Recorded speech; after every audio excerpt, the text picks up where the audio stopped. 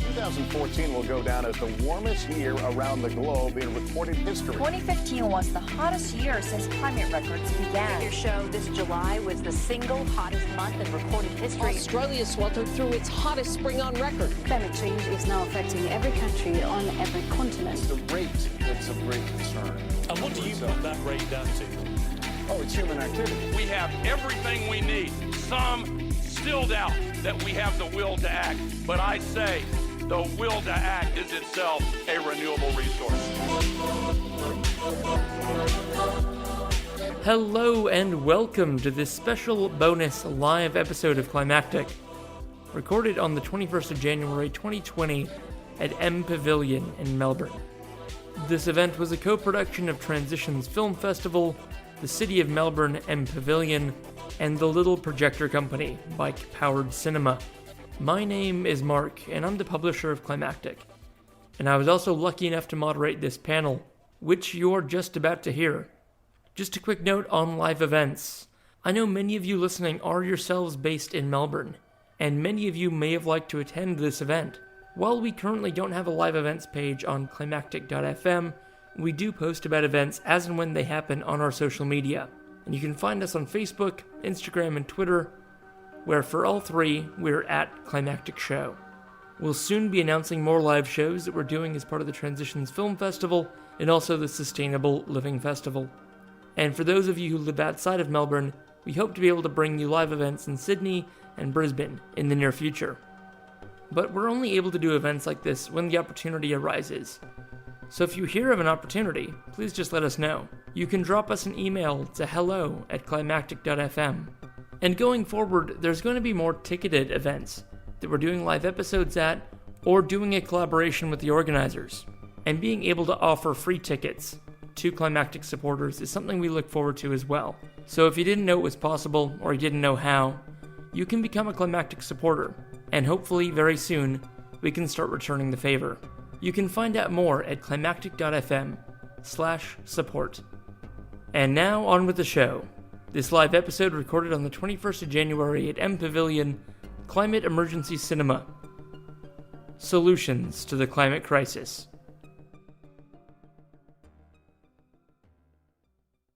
Hello, good evening, folks, and welcome to the MPavilion on this lovely dusk evening. Really glad to see you all here this week. I know last week some of you might have wanted to attend this first Climate Emergency Cinema event, and unfortunately it was cancelled due to the climate emergency. Really ironic. So it's really nice to be breathing clean air with you all here tonight, and we're going to be doing a short panel discussion, which is actually being recorded live for a podcast. Very exciting. My name is Mark Spencer, and I've got the privilege tonight of starting with an acknowledgement of country, and as you can hear, I'm not from around here, so I take that responsibility, that privilege as a pleasure, and also as kind of a weight on conscience a little bit. This is not my land, but I'm still here on the land of people who it was taken from. So I'd just like to acknowledge that these are the ancestral, traditional, stolen lands of the Wurundjeri people of the Kulin Nation, which we have wrecked. And I would like to pay respects to any elders who are here, past, present, or emerging, and we really need to listen to you going forward if we're going to fix this. So I like to do something a little different with those acknowledgements, and thank you for bearing with me. To introduce my guests down the end, we have Sofi. Sofi is from Greenfleet. We're going to quickly just sell names and where they're from, and then we're going to hear a little bit about each of the places. So we have Sofi from Greenfleet. We have Kylie from Ofkin. We have Vanessa from Beyond Zero Emissions. And we have Luke from, well, many things. But the Sustainable Living Festival, the Climate Emergency Summit, Breakthrough. You'll hear more about that in just a second. That's enough. You don't want to hear the rest.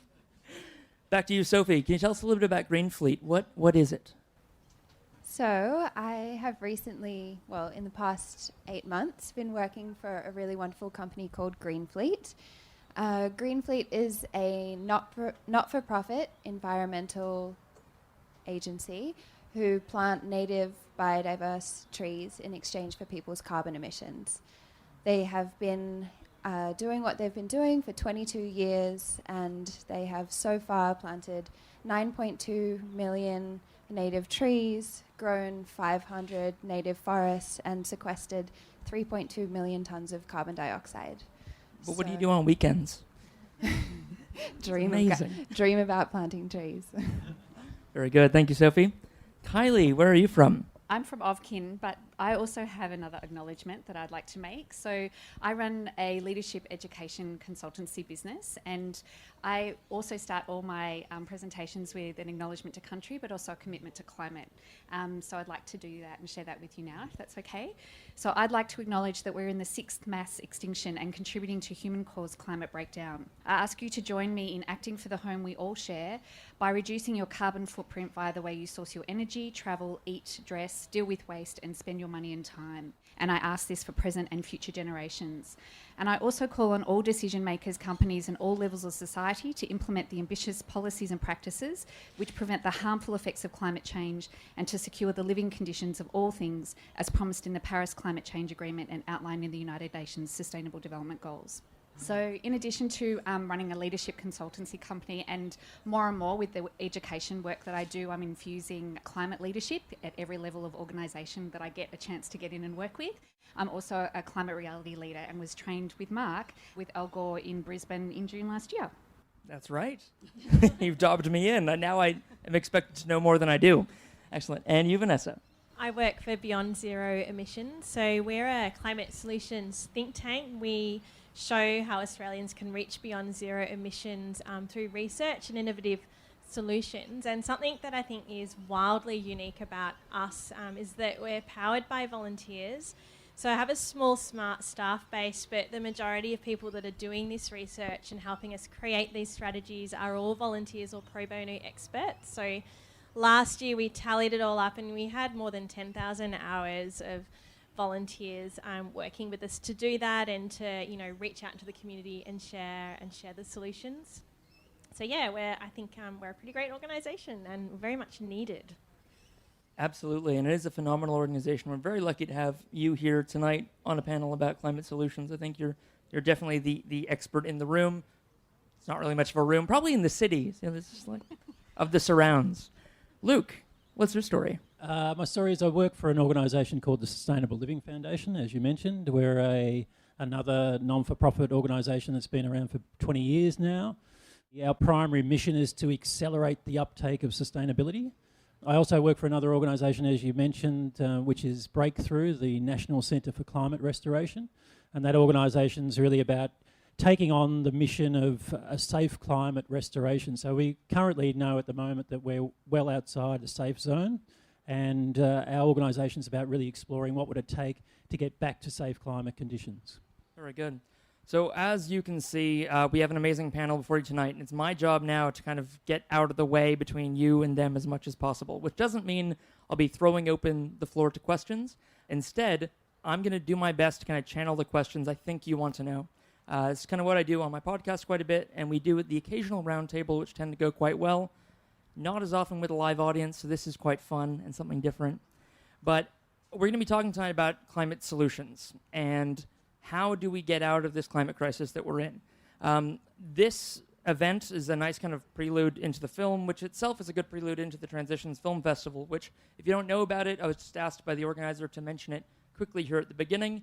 It's rare you get a festival that's about the future, that's all about a positive future. And it's actually probably getting harder and harder to put on every year. It's harder to find positive films. But they do it, and they've found a bunch, an amazing slate of films, starting February. And I should know the dates. Look up Transitions Film Festival. It'll be right there with all the information you need to know. Thanks to them for helping us put on this event, and otherwise we wouldn't be here tonight with this amazing panel for you. So to kick things off, we're out here in public. Anyone can just wander up and take part in this and sit down. So we can assume, hopefully, we're not just in the bubble. Maybe we are. I recognize a few friendly faces. But let's say we're not. And let's start at, okay, I've heard of climate change. It's really hard not to. Maybe I accept it. Maybe I don't. Maybe I take it seriously. Maybe I don't. But you're saying there's a problem. Okay. How do we solve it? That's what we're going to try to piece apart and tear into a little bit tonight with the proviso that, oh my God, there's only 18 minutes left. And let me ask you a question, which is a good way to start. Scott Morrison's recently been saying that the way we're going to do this is we're going to adapt to climate change. This is just going to be the way things are now, and things are going to keep getting worse, but we'll be fine. We'll get used to it. We're tough. Is that a climate solution in your way of thinking? Big question. Well, that's the biggest Dorothy Dixer I've ever heard. It's clearly not a solution, but let's take a step to the side from climate and what we are all experiencing and seeing at the moment, and let's consider the economy and jobs. The global economy is transitioning to a zero carbon economy. Institutional investors see that it's a risk to be invested in climate. They're asking the biggest emitters, what are you doing? What are your emissions? How are you getting out of it? They're putting their money into low and zero carbon. Over 600 global corporations have committed to science-based targets, and they're rolling them out, and not just for their business, like IKEA is rolling that out right across their supply chain, and this is really transformational stuff. We've got loads of sun and wind, it's high quality, it's competitive, we've got skilled people, we've got all the ingredients to be a leader in a zero carbon economy, and we're going to miss out from a financial and economic perspective if we don't get a move on. And as I said, that's just a step away from what we're seeing with climate and what Luke will take us through, that, you know, particularly things we need to do to protect ourselves and each other. Thanks, Vanessa. I guess the adaptation question, I think, is a really critical question at the moment, because what we're seeing is under 1.5 degrees, we're already seeing the beginning of major ecological collapse, and we've just witnessed that through the last number of weeks. So there's going to be this temptation for policy to really focus on adaptation, because we've got the emergency now. We're living in the emergency. It's playing out, the very beginning of it. But the problem is that we can't keep adapting to an ever-worsening situation. I mean, you can keep adapting to an ever-worsening situation up to a point, the point where there is nothing left to adapt to. And so that's what we've really got to, I think, get hold of here, is that the pathways that we've got forward is you can keep on the adaptation, as Scott Morrison wants to try and fool everyone with, and you can do that, but you'll just get a worse and worse situation playing out, and the world's going to look incredibly bleak. Or you can do something but not enough in relation to climate action, and we're seeing a number of targets around, and even, you know, the Paris commitments, for example, are putting a 1.5 degree and a 2 degree, you know, goal out there, and we're already seeing it under 1.5 right now that it's unsafe. So those targets are now questionable. We're at a point now in Australia where we can question those targets, and we bloody well should be, because they're not safe. So then the question comes over back to Vanessa to say, here's an organisation that's worked out a plan for us to go to zero carbon. We need a below zero emission future and economy, because we know that even if we just stop emissions tomorrow, there's still enough carbon in the atmosphere already to play out for 1.5 and 2 degrees. So we've got to get that carbon down. What's gone up? It's got to come down. So we need mass innovation, not only in the zero emission technology, which Vanessa's just said, it's there. If you wanted to get on the phone tomorrow and ring around and get this stuff happening, you could do it, because there are people out there now that can do it. And it's the same with the drawdown. There's some very early signs that we can get on with the drawdown, but we need a lot more innovation in that space. We're capable of doing this stuff. We've seen it in human history before. Look at the Manhattan Project. We can do big stuff when we realise there's a big enough threat. And if there's not a big enough threat now, I don't know whether there is. That's true. What are we waiting for at this point? We don't need to just wait for the high tech, though. We have this amazing carbon sucking technology already. You'll have seen all these memes going around Facebook of just like, we've got high tech technologies to solve this. They're called trees. Let's plant some more trees. Luckily, we've got an expert on the panel who knows all about the planting of trees. We could have gone back to Vanessa really easily, but if you wanted to see conversational tennis, you can just go down there for a bit of that. But this will be a longer chat, definitely, to be had, about tree planting. And we've talked a little bit about adaptation as promoted by ScoMo, but we also need a lot of mitigation, and we need sequestration. Now, Greenfleet kind of ticks those boxes, but would you call what Greenfleet does a solution? I would call it a very good solution, one of many, very good and important solutions. I guess that the point that Luke was making is that there is going to be a point where we're not going to be able to continue to adapt to an environment that doesn't support our life. So the best way that we have, the best scalable means that we have to sequester atmospheric carbon, which is the only way to reverse the effects of climate change, is to plant trees. And now on that note, and the note of distinction that Greenfleet makes is that we need to plant native trees. And not only do we plant native trees, but we plant native biodiverse trees in an attempt to recreate the ecosystems that we have very successfully destroyed en masse. So it's obviously very dire times. We're obviously really feeling the heat of our beloved ecosystems that have informed the way that we are, that provide all of the materials and elements that we need to survive, and we're seeing them be very seriously under threat. And I think that it's a really beautiful way to reconnect with our place in the ecosystem is by paying it forward into the ecosystem that allows us to survive by planting the trees. So by its current business model, Greenfleet, you, by paying to offset the emissions you're currently producing, is kind of balancing out. But I assume that if tomorrow we all stopped driving cars but kept giving Greenfleet money, you wouldn't stop planting trees. So this can be a method whereby we are mitigating and sequestering. Yeah, I guess it's a step-by-step process. So at the moment we provide offsets for people. So you can offset your vehicle, you can offset your flights. We've also come out with a new product this year called the Carbon Cover 365, which is the first annual offset that we've put forward. So this offset frames a responsible citizen purchase. So not only does it incorporate our individual emissions, being our car and a domestic flight and our electricity, but it also takes into account the fact that we live in an economy that emits an incredible amount of carbon. And by virtue of being privileged enough to be in this place and to benefit from everything that this place has to offer, that this healthy economy has to offer, we also have a responsibility in acknowledging the emissions that are inherent in the systems that we live in. So this carbon cover is the first of its kind to start to move beyond the individual and start to acknowledge the systemic impacts and not wait for our government to acknowledge them. Absolutely. So they're taking into effect the embodied carbon costs of being a citizen or a resident of Australia. That's huge.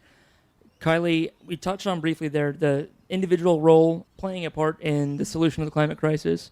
We've talked a lot here about sort of the systems level. I'm just curious if you can speak a little bit to the tension between those two, of like how much should you and the audience be feeling like, okay, I can do something about the climate crisis, but I know that it's not all on us, that there is these 100 companies that have produced 80+% of the carbon, and I'm not the numbers person, that's these two. So if that's all wrong, that's on me.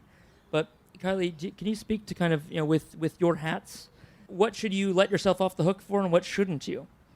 I think that's a really tricky question. It comes down to where you're at. I think the first thing is about having a conversation with people about what's actually happening and communicating, the seriousness of the situation that we're in and why we're here and what is contributing to do that. Then also find out what can you do right now that you can do very easily. So one of the things that I started actually on my Instagram account early this year was climate resolutions, and I have a little Instagram highlight. And, just telling people, hey, do you know that you can switch your money to a bank that doesn't invest in fossil fuels? You can switch your superannuation to a fund that doesn't invest in fossil fuels. Do you know that you can switch your energy company to one that sources from renewable energies? And just putting that on my Instagram feed and letting people know and providing links to where they can find information about that. So Market Forces has a fantastic website where you can go and compare all those funds. And people I didn't even know that I could do that. So people are keen and willing and wanting and hungry for more information.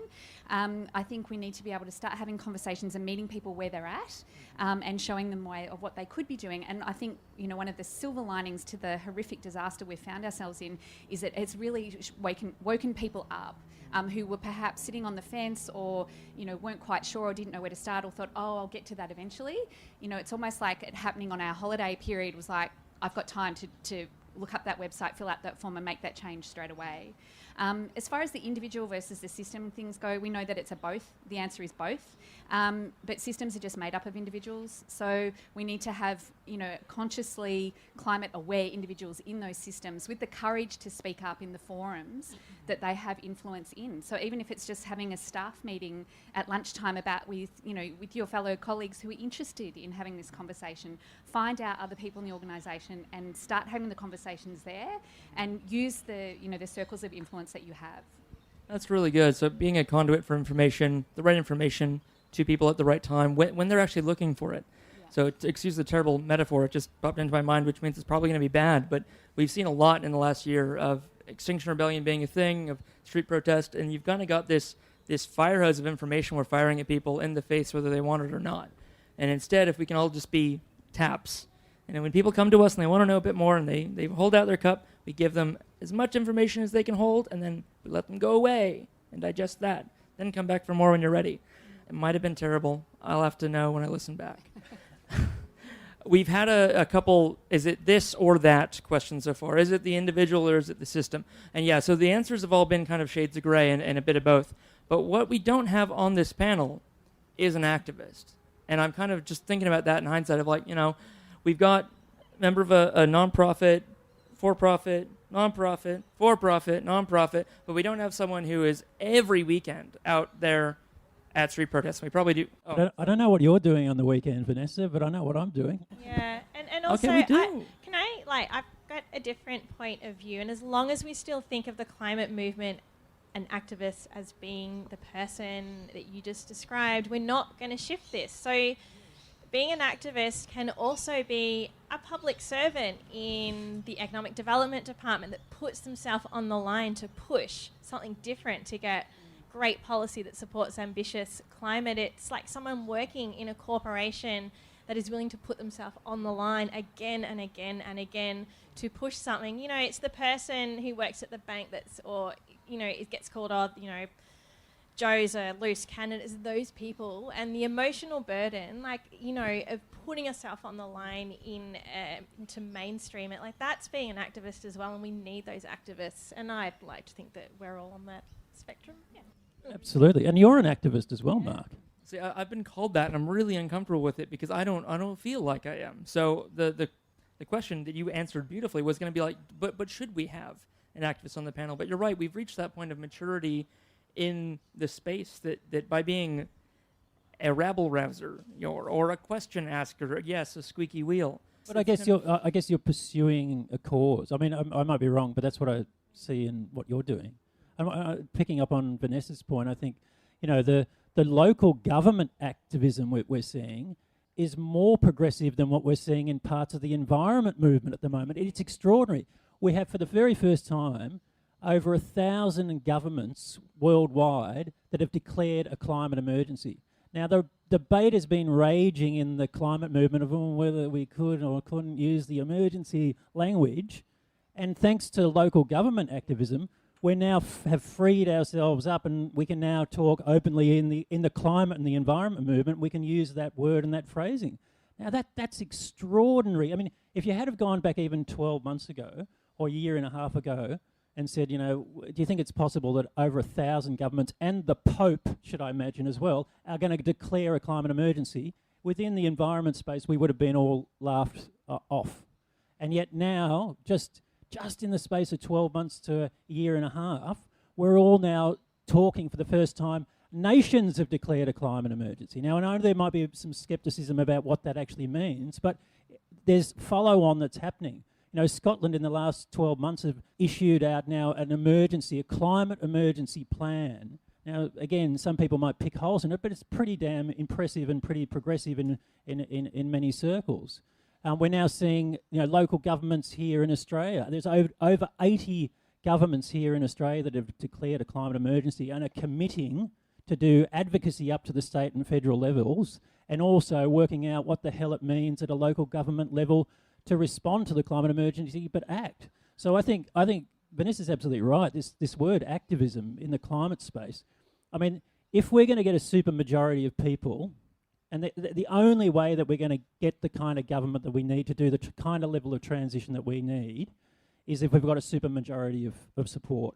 Now that means that a large bulk of us, and certainly, that the progressive movement here tonight, and sorry if there's You're all beautiful people, means that we've got to ramp it up and we've got to get out there and we've got to take this climate emergency message right out there, and we've got to be activists in all our spheres of work. Very well said. I think, here we are, we're on the 21st of January already, 3 weeks into the new year, and it has been a shitty start to the year. A lot of us probably felt like the momentum we had going into the end of last year has kind of stalled out and kind of sputtered out and been set on fire.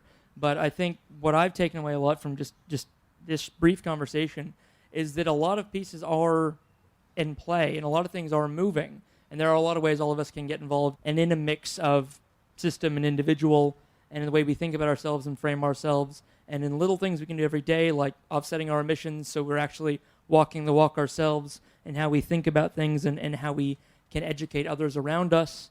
Just quickly, we literally have 1 minute left. There is coming up the Climate Emergency Summit, which is going to be part of the Sustainable Living Festival. And before I just let Luke just quickly spruik that and tell us what it is, what does it mean to us, just quickly, like how are we feeling at the start of 2020? A lot of places have declared a climate emergency. It feels like this is the year. We're ramped up. How are we feeling? It's just a quick cross-section of the community, the three of you. I feel like that's the paradox. It's the paradox of the mass destruction that we have and the ecological grief that comes with that. Climate grief is a real thing. But I also feel really energized. This is the most important decade for humanity that we have just started. And if this isn't a clarion call for what needs to happen, I don't know what is. And if this doesn't shake us out of the funk, the political funk that we have found ourselves in, and I really hope that we don't forget about what we've experienced in another 2.5 years when we go back to the polling blues. I don't know what it is. So I actually feel it's the paradox of both the heavy grief and at the same time it's like I just want to get out there and make things happen. Yeah, I can relate to the feeling of the heavy grief. I spent a lot of my summer break absolutely devastated, and it still takes a lot to move through it. But I think, as cliche as it sounds, the really, truly beautiful and the only hopeful thing to come away from it all is to see the small acts of humanity being shared from person to person. And this has to be a collective approach to something that we all really want, because we're going to have to make sacrifices along the way. And I think that experiencing the connection again, finally, from person to person and moving towards something that we know we desperately need, I think that's really the hope that I'm taking out of it. Vanessa, how do you feel? You're used to working at systems level and a macro scale, and how are you feeling personally?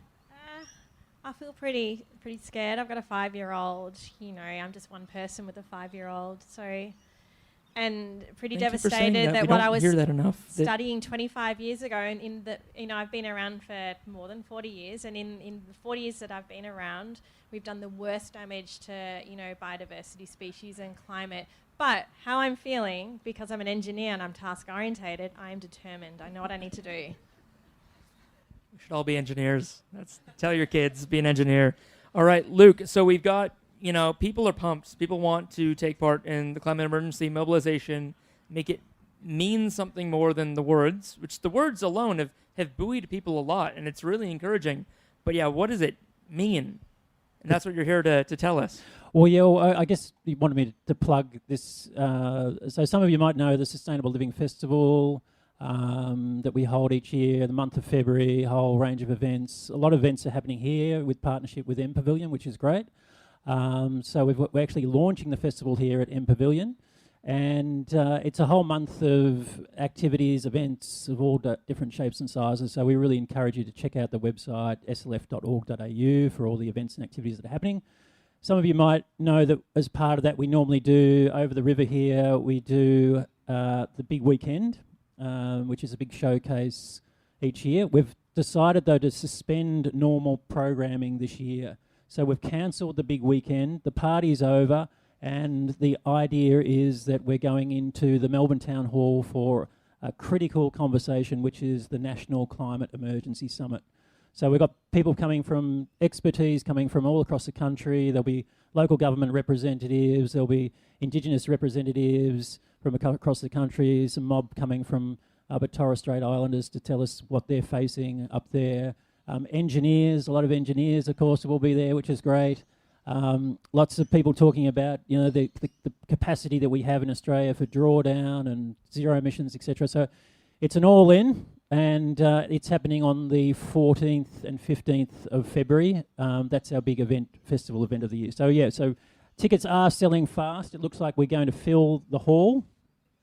So around 2,000 people would be packed, I think, jam-packed in the town hall, and that's going to send a really great message to the city and the rest of Australia as well. Amazing. I can't wait. I look forward to it every year. It's like Christmas for the sustainability community. It's amazing. It's sad to hear that Christmas has been canceled this year, but that's just a big weekend. So we'll all be packing in for some, engineering chat instead. It'll be good. I'm really excited. It doesn't sound like it. I'm ready to watch the film. Not just engineering chat. That's right. I'm not offended because I have no emotional feelings as an engineer. Just kidding.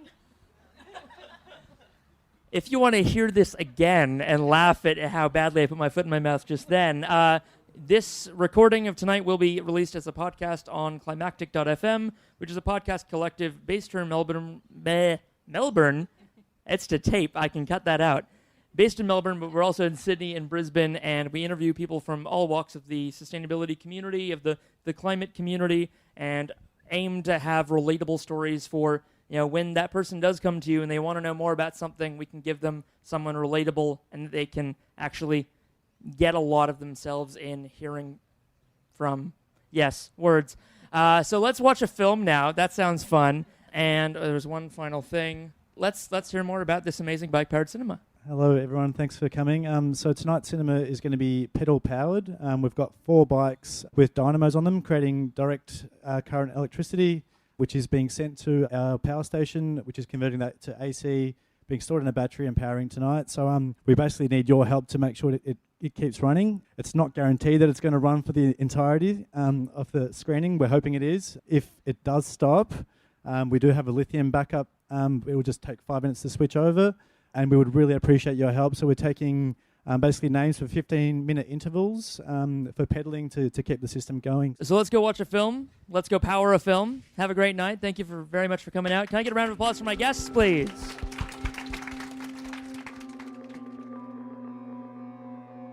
Thank you for joining us. You've been listening to Climactic, the flagship podcast of the Climactic Collective, a podcast network dedicated to lifting the voices of the climate community. You can find out more about the people behind Climactic and all the shows we produce at climactic.fm. We are a social enterprise podcast network, and we greatly appreciate your support. You can find a link to our Pozible where you can support us directly in the show notes of this episode or from our website. Thank you for listening, and from the whole Climactic Collective, keep up the great work and take care of each other in these climactic times.